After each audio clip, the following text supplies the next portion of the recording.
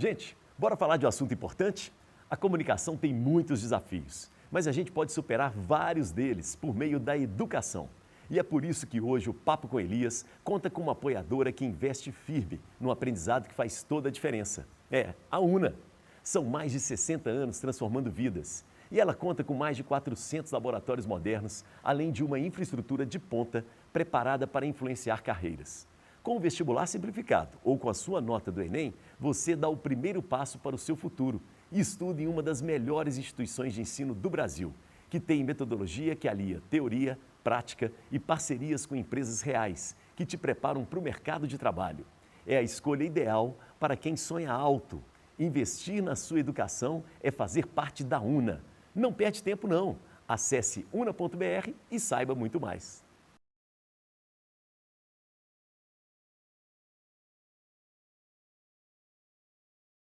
Muito bem, vamos começar mais um Papo com Elias. E qual que é a ideia do nosso programa, né? A ideia é aquela, né, gente? Todo mundo tem uma boa história para contar. Basta a gente saber como contar. E aí, ao contar histórias, né, narrativas, a gente vai ampliando os nossos horizontes, a gente vai aprendendo. O ser humano só chegou aqui, nesse mundo hoje, no século XXI, graças às histórias que uns contamos para os outros. E aí a gente vai aprendendo, tá bom? Por falar nisso, essas histórias têm que circular, não é? Porque aí os horizontes se ampliam. E eu queria agradecer aqui o pessoal do Brechó que me veste. É, porque a moda é circular. E é assim que funciona e deve funcionar. Essa moda precisa circular. Então eu queria agradecer ao Brechó Peça Rara do Anchieta. Um beijo para o Maurício e para toda a sua equipe. Muito obrigado. Brechó para criança, para mulheres e por que não para homens, né? Vamos quebrar o preconceito? Então é isso aí. Vamos fazer a moda circular. Por falar em circular as ideias, nós vamos circular o som, os batidos, com um grande percussionista que está aqui com a gente, uma figura que é do nome, faz parte, né, do Carnaval de Belo Horizonte e tem um coletivo muito legal que é uma percussão circular. Olha só, vamos circular o papo? Tenho o prazer de receber aqui de Souza com a gente. Tá bom, de Souza? O prazer é todo meu, é uma honra estar aqui diante de um dos maiores comunicadores que esse país tem. Não, para com isso. Muito honrado. Nós estamos juntos, cara. E eu achei legal que a gente estava num evento ali, né, na Funarte, um evento do nosso querido Rodolfo Cascão. Sim. E aí você virou para mim e falou, eu quero ir lá. Sim. Eu até assustei, assim, você quer ir lá no Papo? Eu falei, eu quero ir lá. Então eu achei muito legal, assim, me senti honrado. Foi muito bom, viu, de Souza? Prazer estar aqui com muito você. Bom. Ô, de Souza, como é que a música chega na sua vida? Pai, mãe, família, alguma coisa assim? Cara, até que não, assim, tinha um violão velho na minha casa, lá na roça, né, em Piedade de Ponte Nova, onde eu nasci. Mas era um violão jogado de um tataravô, do tataravô, que foi ficando, foi passando, mas não tem antecedentes musicais na minha família, não. Mas eu nasci em Piedade de Ponte Nova num momento em que a cidade vivia uma turbulência cultural muito forte. É mesmo? Tudo vinculado à paróquia, né? Assim, sim. O padre, como que ele chamava? Depois você lembra o nome dele. Zé Elias. Zé Elias, Zé Elias, Ele era muito animado? Tinha o Zé Elias e o Zé Renato. Tá. E o Zé Elias era um grande mobilizador cultural da cidade, assim. Então, quando ele não estava celebrando missa, ele estava organizando os grupos de teatro. Ele era um padre que participava também dos pagodes da cidade. Gente, que bacana. Que colava no bloco de carnaval. Lá tinha um bloco que chamava o Bloco do Golo. Teoricamente, era o bloco dos cachaceiros da cidade. Exato. Né? Mas eu lembro até hoje o ritmo que esse bloco tocava. Assim, era um bloco só, não tinha harmonia, não tinha canção. Sim. Saía da porta da casa de um vereador e ia até a porta da igreja tocando. E a batida era tac, tac, tac, só isso. Isso ficou. E você lembra disso? Um espetáculo recém-feito aí da percussão circular, eu utilizei essa batida para encerrar o espetáculo, né? E naquela época, eu, com 6, 7, 8 anos de idade, tinha acabado de perder a minha mãe, então virei uma criança meio que adotada pela cidade. Então eu participava do coral da igreja, eu tocava timba nas missas, eu ficava ali igreja, como uma criança andante, fiz catequese, primeira comunhão, né? Acho que crismar, eu não cheguei a crismar não, porque eu vim para Belo Horizonte antes. Tá. Mas então, assim, eu lembro até hoje que eu participava dos Milagres de Cristo nos teatros que tinha. Na Semana Santa? E aquilo fazia uma confusão na minha cabeça, Elis, porque você pensa, uma criança, né? Então, eu era, por exemplo, a pessoa que chegava com um saco de pão, enfiava debaixo da mesa, e quando Jesus chegava, a mesa tinha um fundo falso e eu ficava chuchando os pão para cima. Multiplicando o pão. Que legal, velho. E aquilo fazia uma confusão na minha cabeça, porque eu era muito novo, fantástico, né? E ficava naquela confusão. Né? Ficava naquela confusão. Jesus existe, não existe? Jesus mora Será do lado que da ele minha fez casa. isso, não fez, né? Passava na porta da casa, assim, o moço que fazia o papel de Jesus, que era sempre o mesmo, né? Que era sempre um homem cabeludo. E eu ficava procurando para ver se a mão estava furada. Que coisa, cara. Então a música chega junto com toda essa turbulência cultural que Piedade Ponte Nova vivia naquele tempo, assim, né? Era teatro, era dança, era carnaval, né? Então eu fui muito feliz, apesar de lembrar da cidade com um curto tempo de vida, né? Porque os 6 anos de idade é quando você começa a se reconhecer como gente, né? E com 10 anos de idade eu já vim para Belo Horizonte, mas foram 4 anos ali. Marcantes, assim, né? Bem marcantes. Por que você vem para Belo Horizonte? Para estudar? Como é que é? Meu pai juntou as malas e falou, vamos tentar uma vida melhor, né? Você tem outros irmãos? Tenho o Vaguinho, que é o irmão mais velho, e agora tem a Sara, que é a irmã mais nova, fruto do casamento, do recém-casamento. Depois, né? mas veio você e o outro irmão e seu pai. Isso, né? O Vaguinho e seu pai. Meu pai, na época, trabalhava numa usina de cana-de-açúcar famosa, lá, a usina Jatiboca, atende a região toda ali. Isso. E aí coincidiu que, com o falecimento da minha mãe, foi no mesmo período que a usina deu uma falida, assim, mandou um tanto de peão embora. Perfeito. E meu pai foi nessa leva, né? Leva. Então... Que é muito comum, né? Aqueles capotes da vida, assim, né? Tudo ao mesmo tempo, assim, e com né? 2 meninos, Perdeu né? a esposa, o emprego, e com 2 meninos. Então, juntou as malas, já tinha alguns tios aqui em Belo Horizonte, né? E assim viemos parar aqui, lá na Vila do Acabamundo, no Beco do Desengano. Cara, ali perto da Praça JK, não é? Que sim. também, você caiu num lugar que também é um lugar de movimentação, né? De arte ali, de cultura, né? Esporte. Sim, Cara, tem uma quadra, né? Na boca da favela, Isso. né? Mas você sabe que eu sempre fui ruim de bola demais, né? É. Então eu descia ali depois da aula para jogar, jogava sozinho, eu chutava a bola de um lado pro outro, saía correndo. Quando chegava a galera para jogar, eu era o último a ser escolhido. Cara, puxa. Foi difícil vir para Belo Horizonte, que é uma cidade grande, né, cara? Cara, sabe uma memória que eu tenho? Lá na minha cidade, o único prédio que tem é a prefeitura.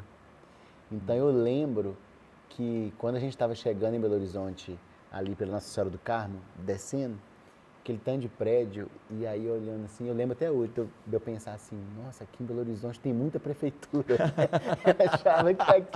Eu achava que aqui ficavam as prefeituras do mundo inteiro. Isso eu com 10 anos de idade, nossa, cara. Olhando assim. Foi meio pesado, né?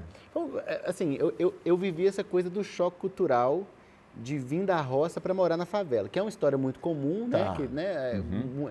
Grande parte das pessoas que moram em favela, né, vem da roça, vem do interior, nessa coisa de tentar uma vida melhor. É verdade. Mas vivi esse choque cultural, assim, né, de roupa, né, eu lembro que eu andava com a meia aqui em cima, sofria muito bullying por isso, o jeito de falar, né, assim, eu lembro de uma vez eu estar numa rodinha, assim, de bullying e o povo me atazanando, aí o xingamento mais grave que eu conseguia falar, assim, vai cagar. Menino do interior. Menino do interior, vai cagar. E a galera, vai cagar. Nossa, aí o bullying aumentava mais ainda. O bullying aumentava mais ainda, cara, né? Assim, de falar violão e não violão. Sim. Né? Assim, A Caiete, que é uma radialista muito famosa aqui de Belo Horizonte, ela esteve aqui com a gente e ela disse que o que salvou, porque ela sempre foi um menino que, na verdade, era uma menina. Mas na época não se trabalhava com isso, ela tem hoje 50 anos, né? Não se aceitava isso e tal. E ela disse que uma das grandes válvulas de escape, inclusive para fugir do bullying, foi o grupo de teatro da escola, foi a arte, onde todo mundo que era estranho e que sofria bullying se encontrava lá, até ela organizar um desfile daqueles estranhos da escola que fez o maior sucesso e tal. Você teve isso na escola ou a escola foi muito hostil para você? eu tive isso no projeto social. Ah, tá. Né? A Fora escola da foi um escola. ambiente extremamente hostil para mim. Eu acabei de lançar um disco, inclusive, que iria se chamar O Pior Aluno da Escola. É. Depois, nos 45 do segundo tempo, eu mudei para Boletim Vermelho, né? É, Entendendo tá que ali. fosse um título que contemplaria mais piores alunos da escola, Perfeito. para além da minha própria história, né? Assim, mas eu tomei bomba 3 vezes na 7ª série. Depois a tia Magda inventou de arrumar uma vaga para mim no Santo Antônio da Savassi. Eu tomei a 4ª bomba. Caramba, em Santo setembro. Antônio. Ficava ali vendo os festival de jazz na Savassi. Matava a aula Cara, ali. mas Santo Antônio é muito apertado, muito, nossa. Mas é porque tinha essa mentalidade, né? De se botar num colégio particular, ele vai para frente, né? Assim, né? Mas eu tive a felicidade de encontrar o Projeto Querubins no meio do caminho, né? Assim, quando eu cheguei no Acabamundo, o meu pai logo arrumou um emprego de porteiro ali na Praça Alasca, né? Pertinho. Bem pertinho. Então eu estudava de manhã, chegava da escola, levava marmita para ele todos os dias. Isso. Nesse prédio residia, eu esqueci o nome dela, mas era uma professora do Querubins. Olha, cara. Ela, inclusive, se eu não me engano, é parente do Xande, da Imago. Isso aí, Trabalha de com vídeo. filmagem, que é um parceiro do Querubins também. E essa professora, me vendo fazer esse trânsito todo dia, comentou com meu pai. Ela era professora do Querubins. Então, você podia matricular seu filho no Querubins, eu trabalho lá, ela é muito bom. Que legal, cara. A visão da pessoa, né? Delicada, Isso. E aí a tia Magda até conta, né, que o primeiro dia que eu cheguei lá, eu falei com ela, você podia ser minha mãe. Você quer ser minha mãe? Puxa, Ela conta cara, isso. com a carência, né? Você quer Mas ser seu minha pai mãe? foi legal, hein? Seu pai te matriculou. Meu pai, assim, é raro, né? Assim, a gente muito. vive uma questão de paternidade que é muito séria, assim, né? De ausência paterna, né? Não sei se isso é no mundo, né? Mas no Brasil a gente demais. acessa dados sobre isso o tempo todo. Mas meu pai é um fora da curva nessa caminhada. Assim, E quando tem a presença do pai, às vezes é uma masculinidade tóxica, né? Sim. Que não é coisa de artista, não assim. Não, meu pai foi muito guerreiro, foi uma figura muito, assim, e mesmo sendo uma figura que habita esse território da igreja, né? Assim, quando ele chega aqui, ele se torna evangélico, começa a frequentar a Universal. Na adolescência eu até tive que ir um tempo com ele também, né? Claro. E mesmo transitando nesse ambiente mais conservador, por exemplo, ele nunca questionou nem nada parecido com algo que pudesse ser um julgamento diante das minhas escolhas, assim, né? Assim, eu tenho muita sorte. Qual que é o nome do seu pai? Seu Geraldo. Ele é vivo? Geraldo Evangelista de Souza Oliveira. Olha, ele é vivo e que legal, a coisa do afeto, do amor, acima do que religião, dessas coisas. Sim. Que legal. Sempre cobrou que eu Sim. estudasse, né? Assim, acho que assim demorou um tempo a entender que a minha trajetória não teria o ensino formal como um espaço glorioso, né? Isso. Assim, então, mas acho que na medida que o tempo foi passando, ele foi percebendo que eu fui me estabelecendo em outros espaços, né? Como no carnaval, como, né, nas escolas informais, como nos projetos sociais, na rua, né? Eu acho que ele foi entendendo, assim, meu filho tá no caminho dele, né? Assim, que legal, né, cara? Eu formei, né? Cumpri as coisas que eu tinha que cumprir no ensino formal, mas esse talvez tenha sido o único conflito que nós tivemos, assim, né? Dele querer que eu fosse um bom aluno dentro da escola e eu não ter conseguido, né? Assim, mas acho que eu consegui dar muitos outros orgulhos para ele. Assim. A geração dele, né? Como meus pais, assim, o importante, assim, olha, tem que ter um diploma. Era uma coisa deles. Eu acho que era a preocupação dele porque ele fez até a 4ª série e é daqueles que teve que parar de estudar para poder ajudar em casa. Para né? trabalhar. Então acho que... Ele queria que o filho estudasse. Seu Geraldo nunca errou. Muito legal, mas muito bonito dele, né? Muito bonito. Parabéns, viu? E no Querubins? Vamos falar um pouco do Querubins. Aí quando eu chego no Querubins, eu chego querendo ser jogador de futebol, né? Inclusive lá no Acabamundo, o meu apelido é Mota. Não sei se você lembra desse jogador que era um carequinha. Eu não tinha Sim. cabelo na época, era careca. E o Mota era um jogador que se destacou na época da Tríplice Coroa. Do Cruzeiro. Do Cruzeiro. Eu lembro, bom 2003, era do time do Alex, né? Atacante, o Mota. Isso, Pô, legal. Ele era reserva e ele é aquele que Mas sempre entrava e mudava mudava o jogo. Isso, exatamente, né? Lembrei dele agora. Então, meu apelido lá é Mota até hoje. Assim. Quando eu então... chego lá, o povo fala assim, não tem nada de Souza, não, é Mota. É Mota. Você mudava o jogo quando você entrava? Mais ou menos, para pior. No palco sim. Mas você queria jogar bola no Querubins. Isso. Mas ninguém nunca me incentivou para bola. Era só uma coisa, eu acho que é isso, né? A gente fica lá na roça vendo o Mineirão na televisão, Copa né? do Mundo. Copa do Mundo, né? Assim, acho que menino, né? Quem não sonhou em ser jogador de futebol, né? Diz Skank. Samuel, né? Então, mas quando eu chego no Querubins, rapidamente eu resgato essa memória da roça, né? Assim, porque apesar de, até aquele momento, querer ser jogador de futebol, a experiência que eu já estava trilhando já era na arte, né? Então, houve uma breve pausa, né? Assim, quando eu chego no Acabamundo, até conhecer o Querubins, e quando eu entro no Querubins, rapidamente eu já resgato e dou continuidade nessa trajetória, assim. E aí eu comecei a perceber, ficando mais velho, que todo mundo me incentivava para a arte, né? Assim, tudo que eu fazia, eu era muito bem recebido e sentia que eu estava fazendo algo ali que encantava as pessoas, na dança, na capoeira, né? Você tem uma coisa de performance, né? Sim, você é um artista bem completo. E o sonho de futebol não durou muito, não. Não precisa. Não, mas você tem essa coisa do teatro junto com a música, sim, não é? Sim. E aí, chegou ao ponto de eu começar a matar aula para ir no Querubins 2 turnos, né? Porque o projeto social é no contraturno da escola, né?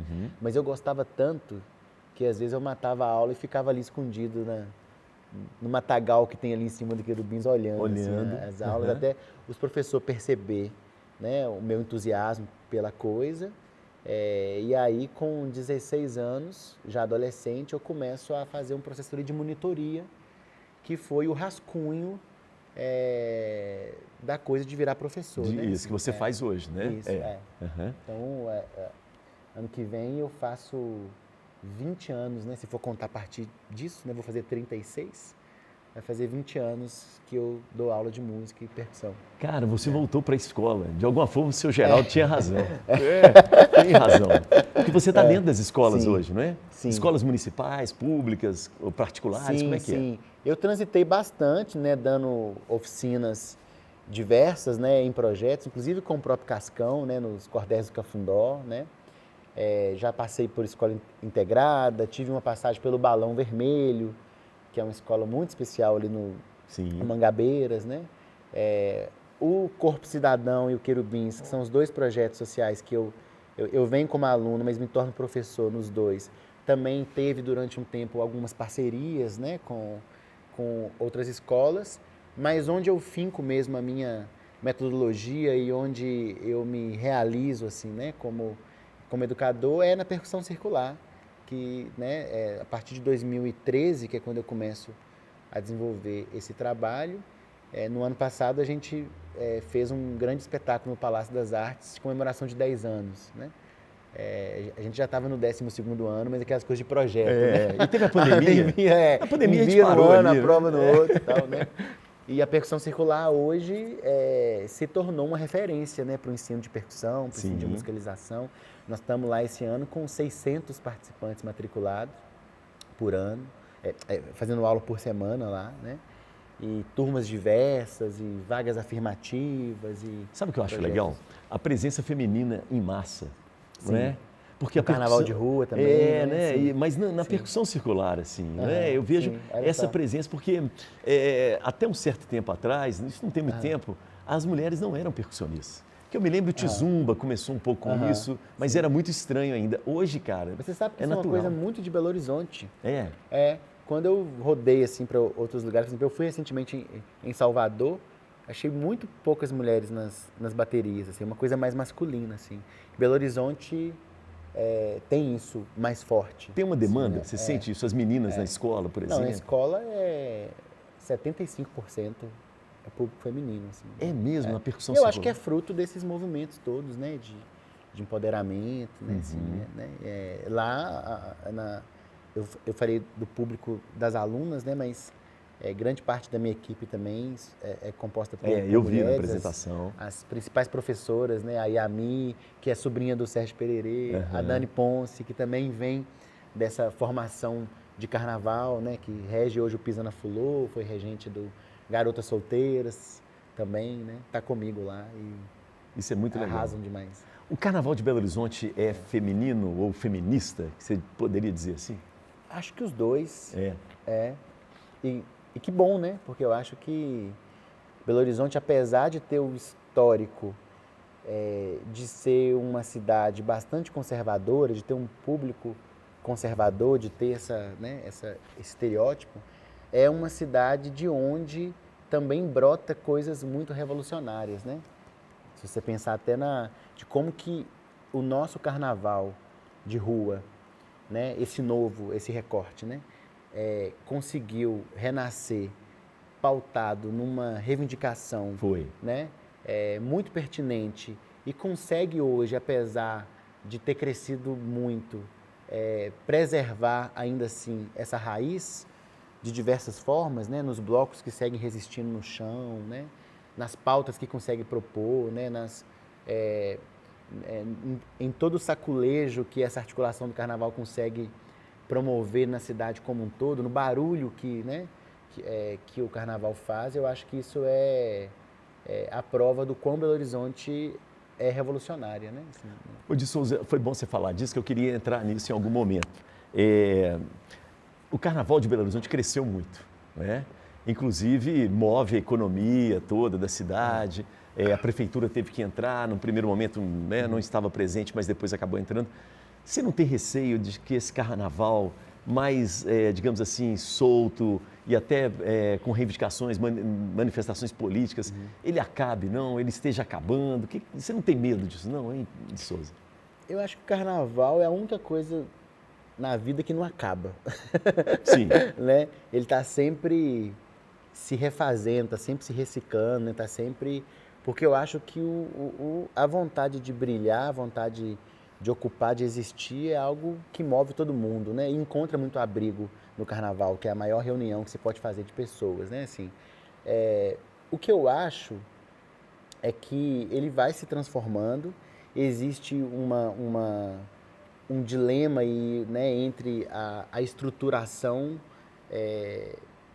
financeira da coisa e a preservação da raiz, né? Assim, então, esse é um grande conflito que os blocos vivem, né? Porque, ao mesmo tempo que tem uma trajetória política, tem uma raiz, tem algo que precisa ser preservado, existe também uma demanda por sobrevivência, né? E os artistas precisam sobreviver. Trabalho, dedicação. Né? E um carnaval que antes era feito com um mês de antecedência, agora é algo que nos atravessa, né? Eu estou aqui hoje como carnaval também, né? Como carnavalesco também, exatamente. Né? Então, esse é um grande dilema, né? Porque a gente vive, né? As pessoas que estão mais resididas, inclusive, na cultura popular, né? Trabalhando nessas manifestações de um âmbito mais regional, sofrem mais com isso, inclusive, porque o carnaval, apesar de ser cultura popular também, está residido ali num lugar mais mercadológico, Sim, né? Mais dúvida. consumido, né? Mas quem trabalha com a cultura popular, vamos dizer assim, mais raiz, bem, entre aspas, né? Sofre mais isso, assim, né? Das pessoas quererem consumir e não quererem remunerar, né? Então, esse eu acho que é um grande dilema, assim, dizendo de um lugar de músico carnavalesco, mas também de pessoa que organiza bloco, que cuida da gestão. Tem uma responsabilidade, né? Tem uma ali, responsabilidade. Né? Um professor Isso. também, né? Eu percebo muito esse desafio, né? A ausência da música autoral, né? Assim, esse dilema de você ter canções para oferecer, mas não conseguir encaixá-las dentro de um território cantável, né? Porque parece que existe um acordo silencioso, subjetivo, de uma escuta que se fecha para aquilo que é novo, que se fecha para aquilo que é daqui, né? E que só se valoriza ou se engaja ou naquilo que vem de fora ou naquilo que está consolidado por outras vias, né? Assim, eu digo disso comungando aqui de um sentimento de diversos outros compositores e compositoras Coletivo. que fazem o carnaval acontecer, né? Assim, mas que nos dias da folia precisa se render àquilo que tem mais calorosidade por parte do público, né? De cantar as músicas conhecidas, né? Assim, eu acho que esse é um dos maiores desafios que a gente tem para o futuro do Carnaval de Belo Horizonte, assim, né? Do que nós vamos deixar de legado, para além de algo muito poderoso e que tem que ser celebrado, que é o poder tocar na rua junto, né? Ou fazer, né? Assim, se tem um traço que o Carnaval de Belo Horizonte tem, é esse fenômeno de educação musical em massa, né? Onde todo mundo chega ali com seu instrumento e mesmo sem ter feito aula direito, consegue tocar junto. Acho que isso é o que a gente deixa até hoje, assim, de legado artístico. Mas falta a gente apontar uma nova direção que possa dar mais sustentabilidade para a coisa, né? Porque o Carnaval de Belo Horizonte hoje é um carnaval cover. Só que é um carnaval cover numa cidade que não é cover. Que é muito própria, autoral, inclusive. Exatamente, né? Assim, vide os movimentos. Clube da Esquina, Sepultura, né? Sim. Cara, eu nunca tinha... Outro dia, desculpa, mas tivemos aqui a presença de alguém, eu não vou me lembrar quem foi. Foi o Sassá, Giovanni Sassá. Grande Sassá. E ele falando disso, a gente até... Ele fez uma crítica muito interessante. É muito axé, às vezes são as mesmas músicas. Sim. E ele, até numa sugestão do nosso diretor Leandro, que também é de percussão, o Leandro faz parte de blocos de carnaval, e aí, numa sugestão de pensar assim, cadê a percussão original, né, da ancestralidade africana mineira no carnaval? Exatamente. Nós não temos um bloco dessa ancestralidade da percussão africana em Belo Horizonte, que repercuta muito assim. Até tem, né, assim, tem muitos blocos afro, tem bloco de favela, tem, você falou do Sassá, o próprio tambolelê, né, que eu acho que não existe mais, né, é uma pena. Existe, mas infelizmente, a cidade, acho que por diversos motivos, não preservou e não valorizou, alavancou, sustentabilizou, abraçou esse projeto como merece, né? O Pererê esteve aqui também recentemente, né? E o tambolelê, na minha concepção de outros carnavalescos e carnavalescas também, é o que existe de mais poderoso e original nessa cidade, assim, né? A pesquisa do Pererê com o Santônio, com o Sassá, o legado que está aí vivo, né? Na figura de figuras como a Yami, que está lá comigo na Percussão Circular também, né? Como a Cauã, como Débora Costa, como Daniel Guedes, né? Como muitos percussionistas que vieram dessa escola de rua, né? Do tambolelê. E o tambolelê tem os ritmos próprios que são inspirados no reinado, mas que o Pererê ali com sua pesquisa e com muitos anos de trabalho foi repaginando e trazendo para esse território mais carnavalesco, né? Assim, é o que tem de mais poderoso e original em Belo Horizonte, né? Assim, infelizmente, isso não é celebrado como deveria, por uma série de questões, né? Por uma série... vou falar de razões porque não tem razão para isso acontecer, né? Gostei. Mas tem um tanto de bloco pulsando aí nas periferias. O próprio Querubins tem o Querubloco, né? Que é um bloco lá, né? Da minha comunidade. Mas eu acho que talvez como Belo Horizonte, por Belo Horizonte ter sido o último carnaval a se engrandecer a termos de mídia, de estrutura, de popularidade, né? Isso. Porque Recife já está consolidado, Salvador, né? Lá São o Paulo norte, tem né? São Paulo tem uma história um pouco parecida com Belo Horizonte, mas lá ficou grande também antes, Rio de muita Janeiro, grana, né? São Paulo é muita grana, patrocínio, né? Eu acho que talvez nós estamos nesse momento, assim, acho que talvez até o norte do país, né? Aquele Parintins lá, né? Eles já têm há anos isso. Doido para ir, nunca fui. Eles, sem mídia ou com mídia, eles estão lá e o pau quebra. Eu acho que talvez pelo fato de Belo Horizonte estar sendo o último a se consolidar, esteja aí também, né, uma justificativa, né? Ou seja, é um carnaval que cresce tendo muitas referências. Perfeito, né? entendi. Então, e apesar de já ter muito tempo que nós estamos grande, se for pensar, gira em torno de uns 15 anos. Não né? é tanto tempo, né, cara? Não é tanto Comparado tempo, né? com essa... A cidade é nova também, tem isso, né? Quando você compara com Salvador, Recife, São Paulo, Rio, Manaus, tem 400 anos, Sim, né? A gente não tem 130. Mas existe essa dor nos compositores, né? Porque é uma das cidades que tem mais compositores, né? Assim, então, existe essa dor de... Né? Eu tô dizendo isso, mas até de um lugar um pouco mais já aliviado, porque esse ano eu ganhei um prêmio de hit do Carnaval com a música do Seu Cachorro Tá na Rua, que é uma das faixas que integra o meu disco recém-lançado, né? Assim, então, eu tô falando até de um lugar um pouco mais privilegiado de ter tido uma música cantada pelas pessoas ali durante o cortejo. Mas eu acho que é numa escala muito menor do que poderia ser. Faz um trechinho dela pra gente, pode fazer? Acho que o YouTube não vai cortar a gente, não. Espero que... Olha o YouTube, não corta a gente aí. Não corta não. ela assim, é um piseiro, piseiro carnavalesco. Ô meu dengo, tá tudo diferente de um tempo pra cá. Eu sei que esse momento é de esperar, mas é que tá difícil essa luta. E hoje acordei querendo te contar que eu fiz uma canção pra te reconquistar. Vem cá que o seu cachorro tá na rua. Eu já vadiei essa cidade inteira só pra ver se te encontrava de bobeira no rolê. Arranjei uma abadá de capoeira, que esse jogo é só rasteira e coração só quer te ver. Ah, maravilhoso, cara. Que legal. Você quer? É um piseiro. De tanto ficar ouvindo João Gomes, Barões da Pisadinha, saiu. Saiu, né, cara? Que barato, cara. Mas é legal. Seu cachorro tá na rua.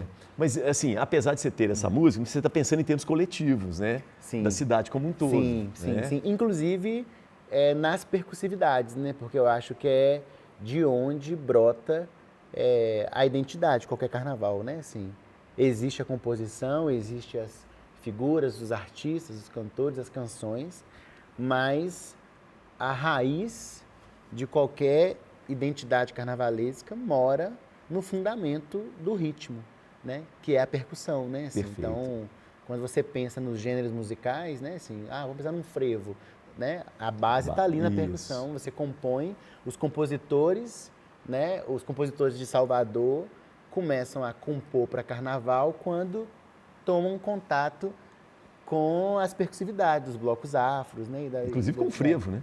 Exatamente. Né? A exatamente, guitarra, né? Não é guitarra, né? Qual é o nome daquele? Aí o frevo em Salvador ganha nome de galope, né? Isso. De galope, né? Que isso mesmo. É um frevo adaptado ali, né? Para a identidade local. O de Souza, eu achei interessante que fora do ar você me falou, nós estamos gravando nosso programa em julho, e você falou, Elias, olha, o Então Brilha, nós já temos um seminário nosso para pensar, né, fazer um balanço.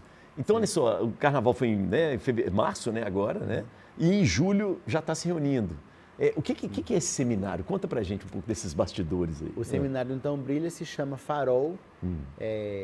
Ele surge na saída da pandemia, né? Surge em 2023 e vai agora para a terceira edição, né? É um encontro que envolve todos os corpos artísticos do bloco, né? Então, a dança, a bateria, a diretoria, o conselho. Então, Brilha agora é uma associação cultural. Associação, né? Então, boa. tem essa estrutura que passa ali por um gerenciamento, né? de grupos, né? que visam cuidar dos rumos do bloco e gerir, né? Debaixo da estrutura de uma associação, isso que é um dos maiores blocos. Né? E para esse seminário se convida pessoas, artistas, mobilizadores, figuras, ou de Belo Horizonte ou de fora. De fora do bloco, isso, né? Isso, de fora do bloco. Perfeito. Para poder compartilhar, né? Proporcionar ali um espaço de troca, né? De assuntos que possam nos disparar ideias novas para um cortejo futuro. Né? Assim, então, o farol, nesse sentido de iluminar o caminho para entender qual convergência ali pode fazer brotar um novo assunto que vira tema de cortejo. Perfeito. Né? Assim, né? Então vai acontecer em breve, tá começando a ser organizado o desse ano. O de Souza é um espaço de autocrítica também? Sim, sim. O Pau Quebra? Sim, Tem hora, quebra, né? pau quebra. Reunião de bloco. Eu já ouvi falar, inclusive do Então Brilha. Sim. Não, reunião de bloco é um espaço, tem um espaço que Pau Quebra. Tipo assim, vamos crescer ou não vamos? Não podemos crescer, a gente crescer. E quando vê, já cresceu. Vamos aceitar patrocínio ou não vamos, né? Mas essa coisa do patrocínio já foi. Já está resolvido. Já foi. Assim, lá atrás, há 5 anos atrás, era assim como já foi a corda também, né? Assim, a corda, o fechamento de bateria, né? Assim, porque no próprio Então Brilha, a gente começa com essa coisa do Vem Pode Chegar, né? Que está ali na letra do hino do bloco, né? Então, fazendo uma bateria que as pessoas poderiam tocar com ensaio ou não, né? Isso se sustentou até o ano de 2016, quando a gente faz um cortejo descendo a Guaicurus com 700 ritmistas. O recorde do recorde, né? A maior bateria da escola de samba do Rio de Janeiro, que é a Grande Rio, tem 310 pessoas. Uau! A gente faz um cortejo com 700 ritmistas e de pessoas com tamborim no plástico. Nossa. Que comprou, acabou de comprar. Nossa! Né? E aí foi quando a gente viu que o formato precisava mudar, porque é muito bonito, é muito comunitário, democrático. Né? Democrático, mas deixou de ser divertido, né? Assim, às vezes é até divertido para quem tá lá doidão, curtindo e escutando 2 músicas ao mesmo tempo e achando legal. Mas para vocês tem uma responsabilidade ali, né, cara, com o público. E a música é o que segura a energia da coisa, né? Se a música não tá boa, é difícil o restante tá, né? Assim, então, vocês tiveram que dar uma parada nesse momento, né? Não, aí a gente fizemos uma sequência de assembleias com a bateria, com os regentes, isso em 2016, para poder inaugurar um novo modelo de bateria em 2017, onde os ritmistas precisavam de estar pelo menos em 5 ensaios de 8 para poder participar, né? E aí, automaticamente, a coisa reduziu, né? Mas eu acho que foi benéfico assim, para a cidade como um todo. Outros blocos foram fazendo também. E hoje eu acho que isso já é um modelo Mas comum, dói, assim. né? Dói um pouco, né? Crescer dói, né? Dói, crescer dói, crescer dói.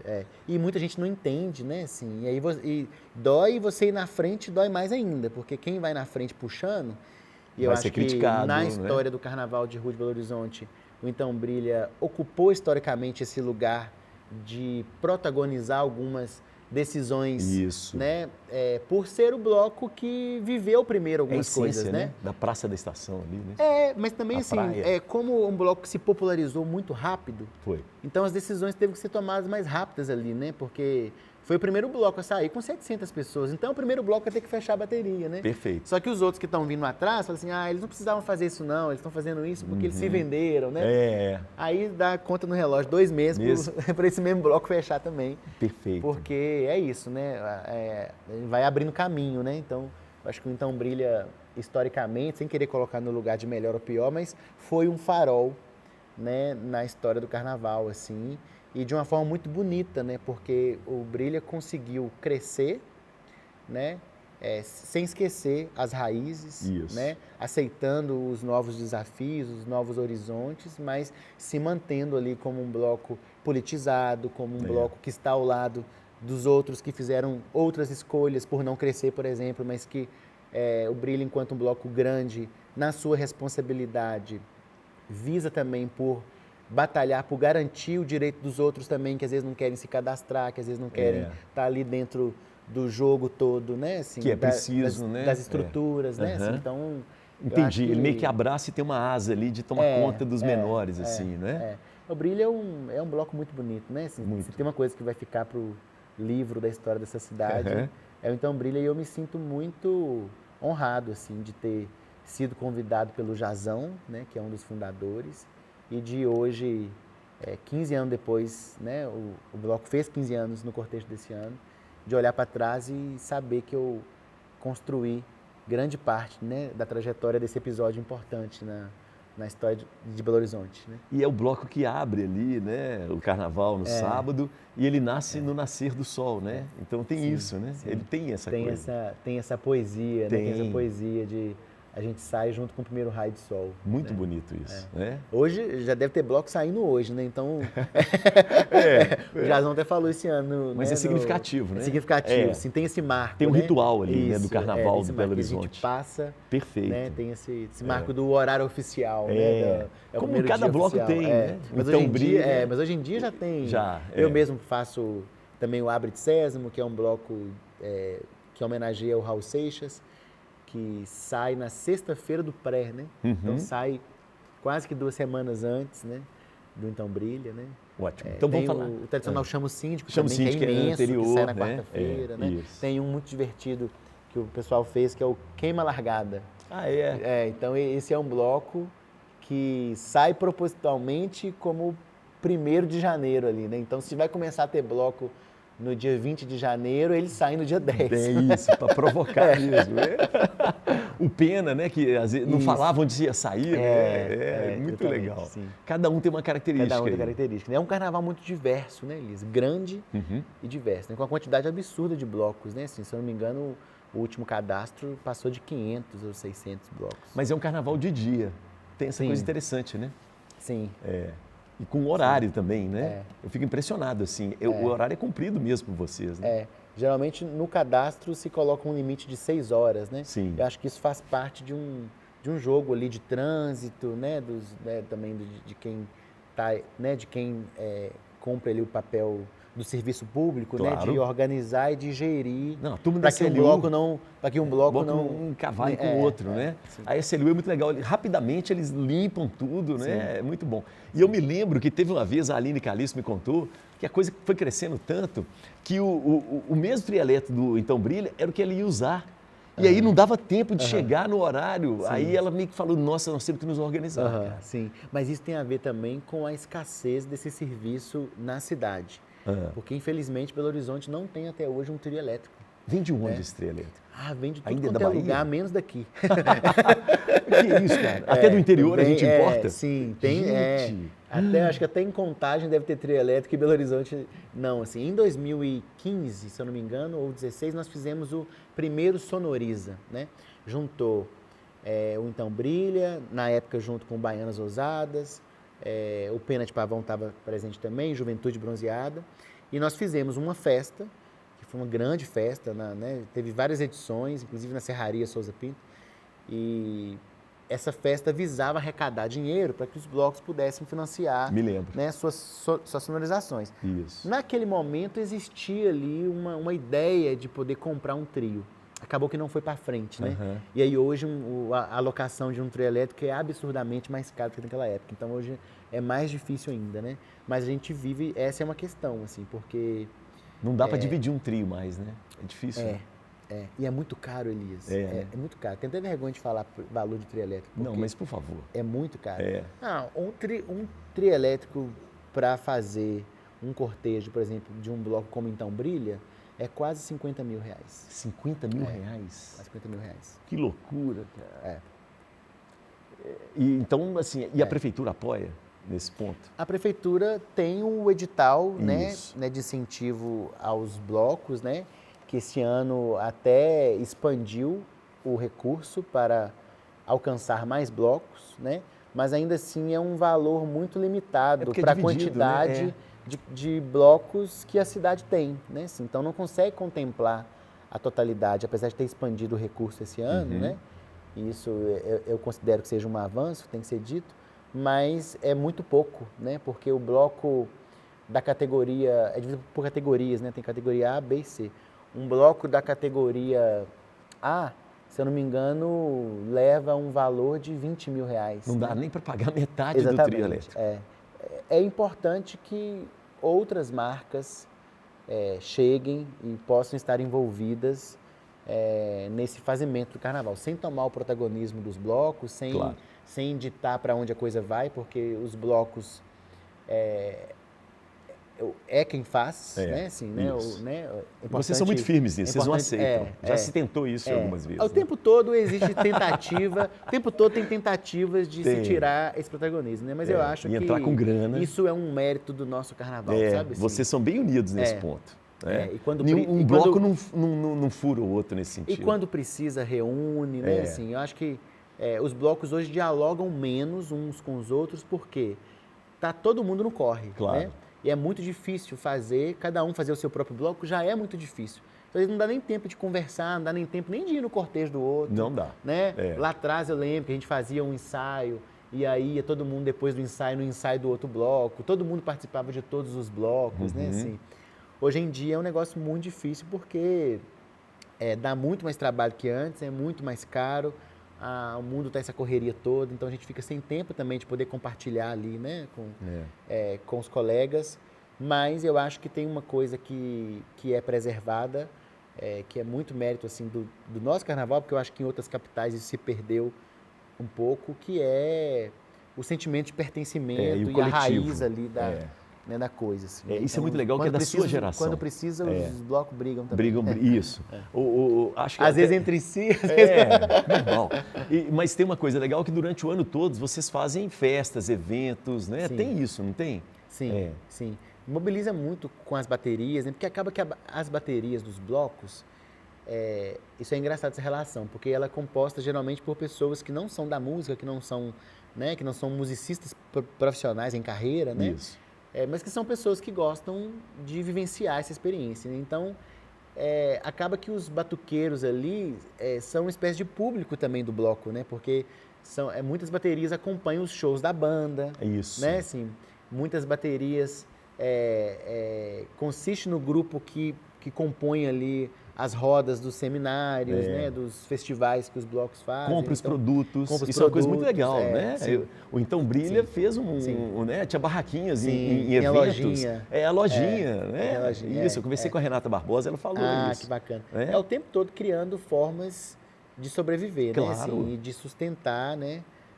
Cada bloco com sua realidade, né? Assim, o Então Brilha tem, né, as suas dificuldades enquanto um bloco grande, a pressão toda que sofre, né, mais gente envolvida, né, mas também tem hoje a conquista de conseguir dialogar com grandes marcas e conseguir ter um patrocínio que viabiliza grande parte de suas tarefas, né? Assim, isso. Os blocos pequenos têm, né? Eu participo do Brilha, que é um bloco grande, participo de blocos pequenos também, então nos blocos pequenos outra realidade de desafio, né? Mas tem também, né? Assim, fazer bloco, botar o bloco na rua é um desafio, independente de ser grande, de ser pequeno, ainda mais numa cidade conservadora, ainda mais numa cidade que de vez em quando aparecem uns projetos que quer falar que bloco não pode passar na frente de igreja, né? Então, que não pode ter funk em escola. Que não pode ter funk em escola. É desse né? jeito, né? E carnaval não tem nada mais libertário do que carnaval, né? Então, numa cidade conservadora, o carnaval faz esse polo aí, né? Mas é legal porque é o momento, talvez, do conservador sair um pouco do seu... e fazer coisas que ele nunca faria, né? Então, eu acho que vocês também cumprem um pouco Chegar em casa e falar assim, nunca mais eu vou lá. Que absurdo esse carnaval, tinha que acabar, mas ele está lá, sempre participando, né? Isso é muito legal. De Souza, deixa eu aproveitar aqui. Eu queria que você falasse um pouco do Raul Seixas. Raul Seixas. Porque você estava me contando que é uma referência sua, né? Raul fez a minha cabeça, né? Assim, né? Para mim, o Raul é o maior artista da música do Brasil, né? Assim, é uma figura que transitou com muita fluidez nas classes sociais todas, né? O Raul... Popular, né? Assim, toca Raul. Toca Raul em todo lugar, né? Assim... E uma pessoa que conseguiu, né, assim, dizer das coisas com espontaneidade, com bravura, com clareza, né? Tem uma coisa anarquista, ao mesmo tempo tem uma coisa que é doce, né? Ali inspirada da Jovem Guarda, né? Assim, e fez minha cabeça, assim. Eu acho que eu só componho... Coisa para criança, né? Coisa para criança. É doido isso, né? Né? Eu só componho porque eu escutei Raul Seixas e eu acho que isso me norteou como compositor, assim, né? Assim, acho que todas as minhas músicas, posso dizer que são inspiradas no Raul. Eu estou querendo, inclusive, fazer um show esse ano, né? Que é o ano de 80 anos do Raul Seixas. Eu tive umas participações agora numas bandas que tocam Raul, fui convidado para poder fazer uma participação. Gostei demais. Qual banda te convidou? Filosofando Raul Seixas. Sei, do Magelo, o show que ele promoveu, o Magelo do Hora do Dinossauro? Teve agora no Underground Pub. Underground Pub, isso mesmo. Foi uma festa, né? Veio a filha do Raul também. Teve também. Isso, teve também. E aí eu fui lá participar, porque o Claudio Chiari, que é o guitarrista da minha banda, toca lá também e me convidou, né, para fazer um sub lá. E eu Massa. gostei demais, e aí foi ótimo, porque nesse momento, eu estou num momento de retomada para os palcos como compositor, porque por vezes o carnaval e suas atribulações e a percussão circular me sequestram desse lugar. Mas eu não me arrependo não, porque eu acho que eu construí muita coisa que eu também amo, estando ali, né, dentro de sala de aula, como professor, que é uma coisa que eu amo fazer também. Mas por vezes o meu trabalho como compositor acaba ficando um pouco abandonado. Então eu gravo um disco, sumo, gravo outro, sumo. E agora que eu gravei o terceiro... Você tem que trabalhar o disco, como se diz, né? E nessa reaparição agora do meu terceiro disco recém-lançado, eu tô nesse movimento de me reconectar com a essência das minhas composições, né? E eu acho que Raul é o que me tem de mais referencial, assim, e eu resolvi fazer um show só de Raul Seixas. Vai fazer? Aproveitar aqui o espaço para poder divulgar. Você aí, contratante, dono de casa de show, interior, né? O Raul é um cara sensacional, cara. Sim, mas eu ouvi críticas à série da Globo, eu não vi ainda, dizendo que ficou um Raul muito globalizado, bem comportado. Você concorda com isso? O Raul aparece ali na série da Globoplay meio que de bebum, né? Assim, acho que o foco foi muito dado nesse lugar, que é um lugar real, né, que existiu mesmo, isso está comprovado, né, nas escrituras. Sim, isso. Mas eu acho que, inclusive, faltou abordar nessa série a questão do alcoolismo como uma questão de saúde pública. Legal, né? Então, bota ali muito no lugar ali do artista doidão, irresponsável, aquele estereótipo, né? Mas não fala dessa questão, que é um problema sério, né, que muita gente vive, e o Raul também foi um dos que viveu isso. Boa, legal. Peguei a buzina do Chacrinha. Então agora fique à vontade, eu vou dar uma buzinada. E você buzina quem ou o que você quiser. E pode ser positivo, pode ser negativo, fique à vontade, tá bom? Então vamos lá. Eu quero saudar aqui todos os compositores da cidade de Belo Horizonte, essa cidade onde é difícil de colocar a sua própria música como pauta, né? Onde a gente está ainda muito atrás na construção de público, né? na construção de uma escuta que seja calorosa e generosa com seus criadores. Então eu quero saudar que todos os compositores sejam envolvidos no carnaval ou não, as compositoras, né? E todo mundo que está aí tentando contar a história de Belo Horizonte a partir de suas próprias músicas. Legal, mas eu achei bacana porque você chamou aqui na responsa o público também. Sim. Sejamos mais, digamos assim, abertos, é isso que você está dizendo, sim. né? O novo sempre vem, né? Basta a gente estar atento para poder, né, não perder o bonde andando. Assim. Legal. O de Souza, você acredita em Deus? Acredito, mas eu vi o vídeo do Pererê quando ele veio aqui, achei genial, né? Pererê, como sempre, uma grande referência para todos nós, e eu vou um pouco meio que na linha dele, assim, sabe, Liz? Eu já tive, eu tive uma criação religiosa, né? Então eu comecei a mexer com música na Igreja Católica, lá na roça. Quando eu vim para Belo Horizonte, eu tive uma passagem pela Igreja Evangélica, eu frequento terreiro, eu já fui espírita, então eu tive um trânsito muito aberto, assim, rodei bastante, né?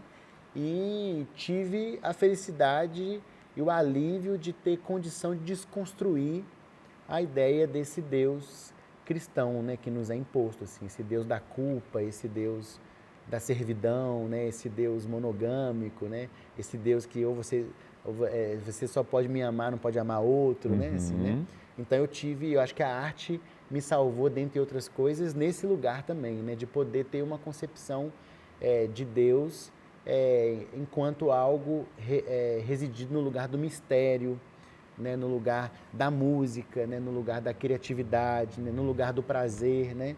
Então, para mim, por exemplo, não tem nada que represente mais Deus do que as pessoas na rua tocando junto, por exemplo. Assim, para mim, Deus se manifesta ali, em momentos como esse, né? Assim, né? Quando a gente se encontra para tocar música junto, isso para mim é uma manifestação de Deus, uma das, né? Assim, então, Deus para mim é estar junto com as pessoas, se encontrar na vida, é fazer coisas boas, né? Assim, eu não acredito nesse Deus que vigia. Isso, nesse de olho Deus na gente. que fica né? de olho, né? Assim, né? Esse Deus que está esperando você errar para escolher para onde você vai, Sim. né? Assim, né? Boa. Eu acredito mais num Deus humanizado, né? Assim, né? E nessa concepção do mistério que Gil fala muito também, né? Assim, quem sou eu, né? Para duvidar ou para, né? Mas acho que Deus é esse mistério todo que a gente. Quem que tem uma fala que é muito bonita? Ele fala assim. Deus não existe. Tomara que eu esteja errado. Não sei, mas eu achei ótimo. Boa, legal. Deus não existe. Tomara que eu esteja errado. Porque cientificamente eu não consigo provar, né? Mas exatamente, né, nem tudo é ciência no mundo, Sim, né? Pô, muito legal. Temos aí uma discussão sobre a legalização da cannabis. Qual é a sua opinião? A minha opinião é a mesma do Bezerra da Silva. Opa. Que ele canta assim. Posso? Pode.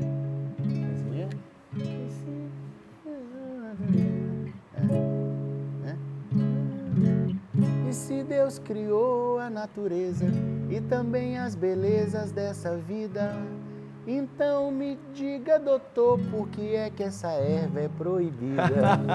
Foi criada por Deus. Foi criada por Deus. Cara. Mas tá em alta, né, essa pauta. Tá em alta. Essa pauta. Eu conheço muito pouco, assim. Até tem uma ex-companheira, que hoje é uma grande amiga, que trabalha no SUS e que com a tá questão medicinal, isso, né? Mas eu, com relação ao uso medicinal, eu conheço pouco, né? Mas acho que... E o uso recreativo? Eu acho que eu acho que é preciso acabar com as hipocrisias, né? Em todas as camadas, assim, né? Assim, mas, infelizmente, a gente sabe que essa proibição toda, ela serve, né? Claro. Ela serve para dar manutenção Tem um sistema aí, nas né? opressões, né? Assim, naquilo que faz a máquina girar e continuar assassinando o povo preto, né? A juventude periférica, né? Então, a gente sabe, mesmo sem conseguir explicar com muito argumento, por não ser um militante ou um conhecedor da causa no sentido estudioso, né? Mas você viveu isso no Vila Mundo, né? Na periferia de Belo Horizonte. Sim, né? sim. Então, eu sou a favor da legalização, não só da maconha, né? Como também da liberdade, do amor, isso. Né? Do carnaval de rua. Né? De Souza, e a sunga? Alegria, e a sunga? Que traz alegria, a gente... Por falar em liberdade, vamos falar da sunga. Não, a sunga... Você ficou famoso por ficar rodando de sunga. Mas você sabe que a sunga tem a ver com uma questão socioeconômica. Ah, é? Porque a sunga surge quando eu fui reger o primeiro Então Brilha, em 2012, e eu tinha participado quando criança, lá dessa movimentação carnavalesca em Piedade, mas não tinha participado tanto de carnaval aqui em Belo Horizonte, então desconhecia a coisa e morava lá na favela, ia do projeto para casa, da casa para, né, tocava às vezes, mas não estava tão bem inserido na cidade, né? Assim. Isso. E aí quando eu fui descer, né, eu lembro até hoje, pegar o 2101, né, para descer pro centro, eu não tinha fantasia, não tinha roupa, né? E aí a sunga era uma sunga preta, né? Era a coisa mais diferente que eu tinha. Então eu botei a sunga e fui. No que eu cheguei lá, aquilo pegou, né? Aí virou o Maestro Sunga, virou essa piada, né? E todo mundo olhando e falando, nossa, olha o espernão que ele tem. Isso. E acabou virando essa... Bela, então foi assim, cara? Foi meio uma fantasia de, sei lá, tô no Rio de Janeiro. Hoje o bloco, né? Hoje o Então Brilha já custeia a sunga, manda fazer com figurina, com figurinista. Cara, você tem que mandar uma marca sua de sunga. Ia fazer um sucesso, hein? Isso é muito doido isso. Uma vez o bloco fez uma exposição e aí eu enviei as sungas para botar num varal. Não acredito, cara. Você tem elas com você? Tem alguns já. Que legal, velho. Mas eu passei a usar sunga pela falta de fantasia. E era a única coisa que eu tinha mais divertida e acabou pegando. Pegou demais. E calorão, verão, a né? A sunga que eu vesti em 2012, que foi essa primeira, né? Eu passei o carnaval todo com ela. Meu Deus, me ajuda. Ó, daqui a pouco eu vou entrevistar uma pessoa que é um economista, mas ele adora bicicleta. Você anda de bicicleta? Você gosta de bicicleta? Ando. É. Eu fiz parte do Gustavito e Bicicleta, né? Ah, Que é uma grande verdade. banda, ando de bicicleta, já fui para muito ensaio de bloco de bicicleta. Agora sim, É difícil andar de vou bicicleta chegar em nos Belo 36 Horizonte? agora. Eu vou chegar nos 36, 36. agora. Então, Tá novo, então cara. tem que. É novo, mas assim. Mas já sente, né? O joelho já.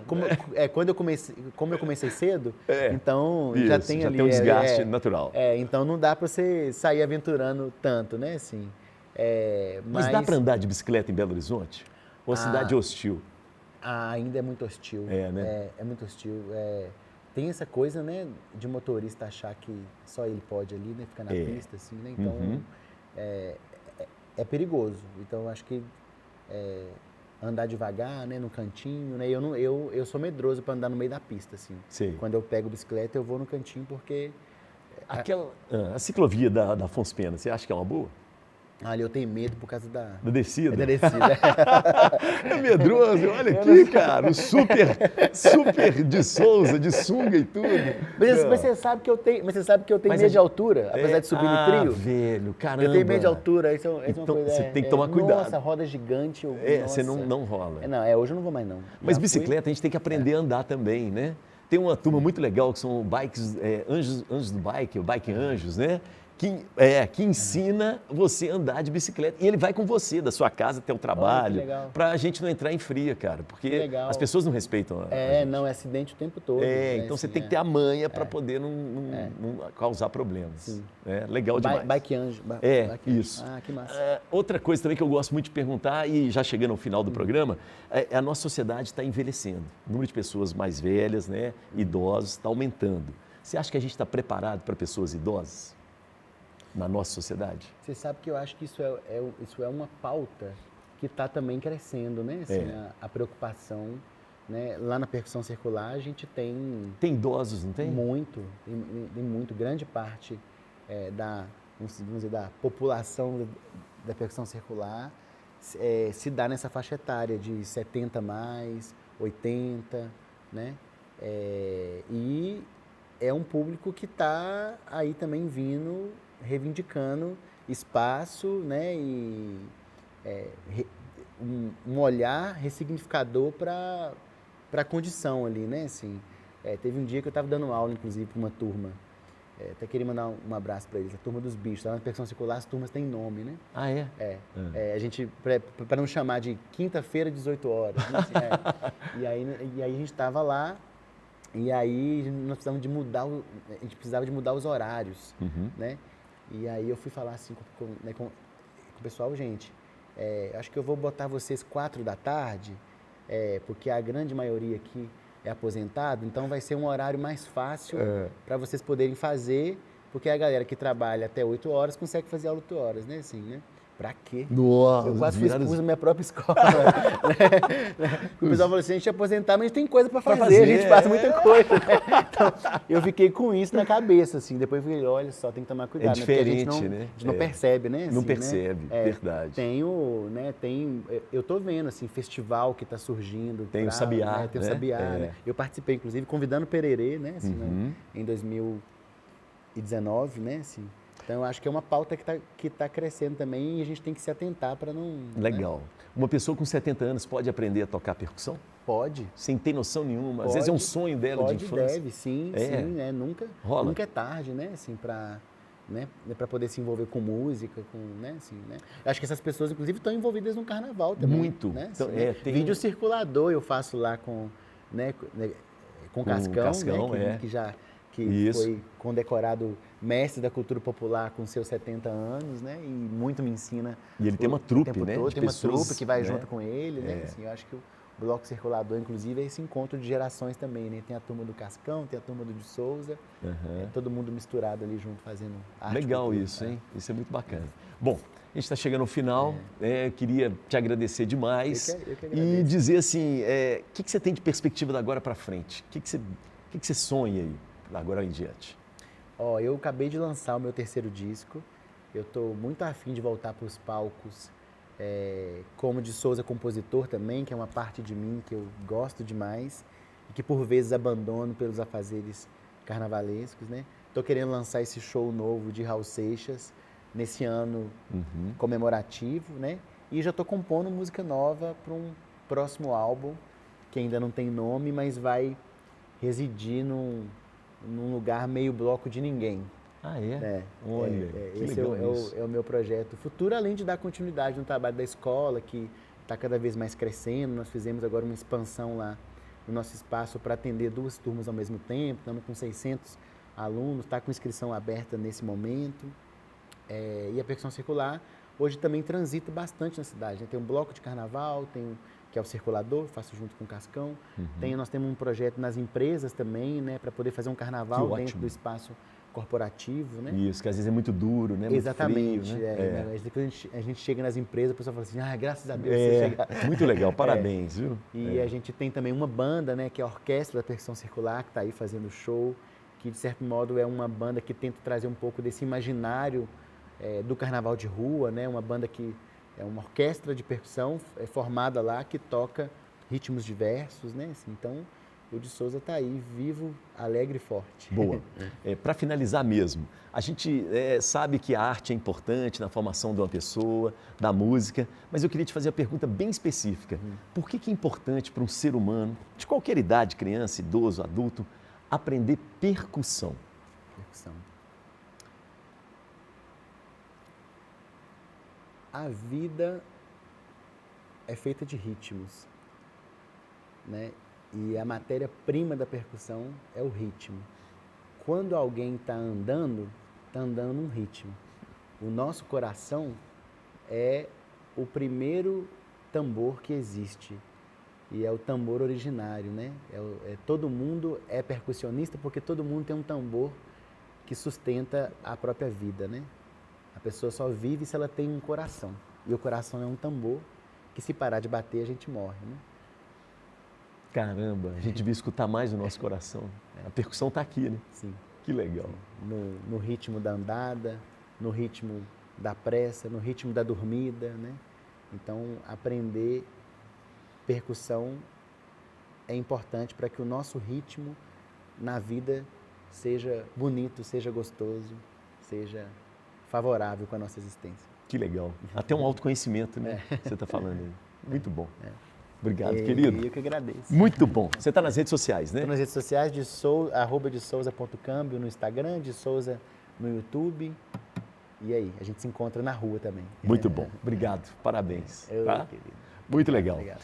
Bom, chegamos ao final, né, de mais um papo com Elias aqui. Muito legal recebendo de Souza, maravilhoso. E espero que, né, as mentes aí tenham circulado, né, e abrir realmente a nossa mente. Muito bonito que ele falou sobre percussão. Pensa nisso, tá bom? Lembrando que a gente também tem o nosso Instagram, o @Papo com Elias. Vai lá, curte, interage. Tem também o nosso YouTube. Você pode entrar, se inscrever, dar o joinha, que essas coisas todo o povo tudo fala aí. Mas eu queria mais do que isso. Eu queria que no YouTube, além de você entrar e se inscrever, comente, né? Nós temos vários vídeos lá, todos os nossos programas estão lá no nosso YouTube, Papo com Elias. E tem coisas antigas também, tem Elias Sunshine, tem coisa do Caleidoscópio. Então vai lá e dá uma conferida, tá? E comente, por favor, vamos interagir. Beijo para quem é de beijo, abraço para quem é de abraço. Tem o meu, que é o @Elias Sunshine, porque o sol nasce para todos e todas. E ó, eu sobrei. Valeu!